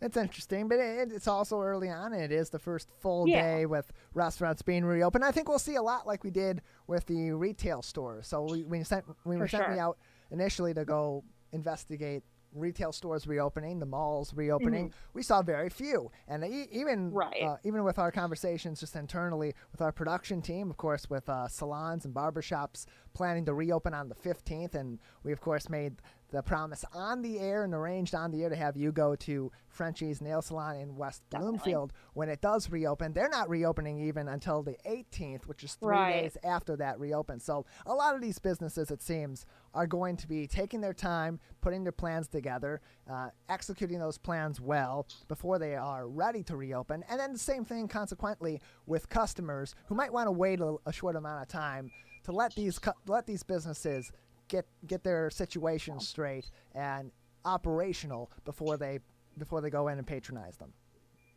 Yeah, I know, Tyler, you and I were having a conversation actually the other day about how it seems like a lot of people don't necessarily want to be the first one to, you know, go into a restaurant. Maybe not necessarily the last, but I don't know about the first. So I think that's some of what we're seeing here today. Just, you know, people being a little hesitant, wanting to let the more brave people go in first. And then I think within the next few days, we'll definitely start to see a lot more traffic at these restaurants. Absolutely. We'll see how the traffic improves over the next few days. But I think in the meantime, there's caution from the populace, and there's maybe also some caution from the actual businesses as well as they plan to reopen and this new normal emerges as we come out of this pandemic. Anything else out in the field, Erica? Not really. Like I said, just no one's inside yet. A lot of traffic with the drive-through, and you know, I would anticipate they'll be seeing more people within. What is it now? It's almost noon, so definitely I think more people will be coming soon. Well, hopefully our local restaurants do have a nice return today to normal operations at 50% capacity, but a return nonetheless to in-person dining. Erica, thank you very much. Yeah, thank you. Our Erica Jones out in the field in Oakland County. As restaurants reopen across the state of Michigan, all regions permitted to have restaurants reopen at 50% capacity, and servers must wear masks. Groups need to be at least 6 feet apart. Social distancing measures need to be in place. A lot of these businesses putting up different barriers such as plexiglass, or in the case of the Grill, where we broadcasted in part from today during this broadcast, they're putting up the COVID monsters on the tables to say this table is not for seating, and this next table over is going to be okay because it's about a 6-foot distance. So a lot of changes being enacted in restaurants and by small businesses, and also by municipalities as they begin their trek to reopen city and town halls and return to normal services. And to talk more about that is the mayor of the city of Rochester, Stuart Bikson, back with us on the Megacast. Mayor Bikson, thank you for being with us. Thank you for having me. After watching McDonald's, it makes me hungry. Oh yeah, that's great time of the day to go back out to some of our great local restaurants in the city of Rochester. How are you? How's your team in the city doing right now? We're doing well. Our emergency police, fire, DPW have been working throughout the entire thing, but now we're making plans to bring the whole workforce back. So I think, as you were saying, we're going to bring back slow, make sure that everybody feels safe. You talked about plexiglass. We're going to have some windows there. So, areas where they meet the public and safety things, and we're redoing our chambers so there's social distancing. So we've done a lot of work. We're getting ready for it, and we're about ready to open, but open up responsibly. West Bloomfield Township announced last week that they would be opening their doors to the public by appointment only today. Today, actually, this is the first day of doing so. And they had a plan in place a few weeks ago they enacted for gradually reopening Town Hall back to normal operations. It sounds like the city of Rochester has that plan in place as well and is moving toward returning to some semblance of normal operations as time goes on in this crisis. For those watching in Rochester who are wondering when City Hall and other city services that have been delayed or have been out of the office for the past several months will be back, what does that timeline look like? Well, again, as soon as the governor says we can open up, we are going to be opening up. And as you say, a lot of the city services they have been able to do. A lot of the taxes and things like that, you could drop it off. And also we've extended the time frame that you could do that. But yeah, we also are going to have appointments. And if you want to come to City Hall, we'll, you call and then we'll come and get you and let you come in, and we'll have hand sanitizers and masks for people who need those. So we are doing everything we can, and we will be opening up very shortly. Well, that's good to hear, and I'm sure the residents of Rochester have been waiting to go back to City Hall and get things done that they need to get done and go back to regular city services as well, such as the parks and so on, are really excited to get back out there. On that note, things that have already reopened, businesses like shops and restaurants today, and in a week from today, salons and barbershops preparing to reopen. There's a lot that's been reopening really quickly in a short amount of time throughout the state of Michigan, especially in our local area, as restrictions have been lifted. How has the city been assisting its local businesses or working with the local businesses and restaurants to make these changes work smoothly and put them in a position to come back strong after being months out of normal operations? Well, we had a couple initiatives. We had a Open Rochester committee where we got all the leaders from the city businesses, all the the older person center, the recreation authority, brought everybody together, libraries, and kind of got a plan. And we broke up into subcommittees on social distancing, on PPE, on safety. And we all got together, kind of got our best practices together, and got that information out and had a lot of conversations on that. Also, the city is doing everything we can to help our restaurants. We've eliminated a lot of the red tape. We're saying, you can use some of the parking spaces, you can use the alleys, you can have, a lot of times if you want to build like a parklet, you have to go through the planning commission and things like that. We've eliminated a lot of that red tape so they can immediately do that. So, restaurants, a lot of restaurants, 50% is pretty tough. But if they can get some outside dining that's socially safe, that's really going to help them. So we've really charged the city with, we're doing everything we can to, one, educate the businesses to help them get going, two, to eliminate the red tape, doing anything we can, thinking outside the box to try to get things going. And, we think we've been pretty successful. I think a lot of our businesses have, are ready to open. A lot of the restaurants have had a pretty good carry-out business. And I think, really the entrepreneurial spirit is really working. There's been a lot of, online work, as I said, takeouts, businesses are having appointments. So we're really ready to go. And again, and as I keep saying, we have to show our citizens and our residents that it's safe to go out, safe to shop, safe to go to restaurants. And if we can provide that, we think we're going to get back to, start going again as fast as we can. Similar to other cities in the local area, like Birmingham and smaller cities, even like Keiko Harbor, that have a lot of walkable area and shopping areas, we've seen that some discussion, especially in Birmingham, about expanding outdoor capacities of businesses like restaurants to maybe close down some streets partially or eliminate some parking temporarily in order to allow tables outside and so on. And you mentioned eliminating some of the red tape to help these businesses come back. Should Rochester residents expect any changes coming soon to the layout of the city or the normal city operations on the roads and so on to accommodate these changes and help our business community put its best foot forward? Yeah, I mean, I think they can look at a lot of the parking spots right around these restaurants and businesses are going to be used for that. We've, until September, we said there's free parking in downtown Rochester, so we have incurred that cost.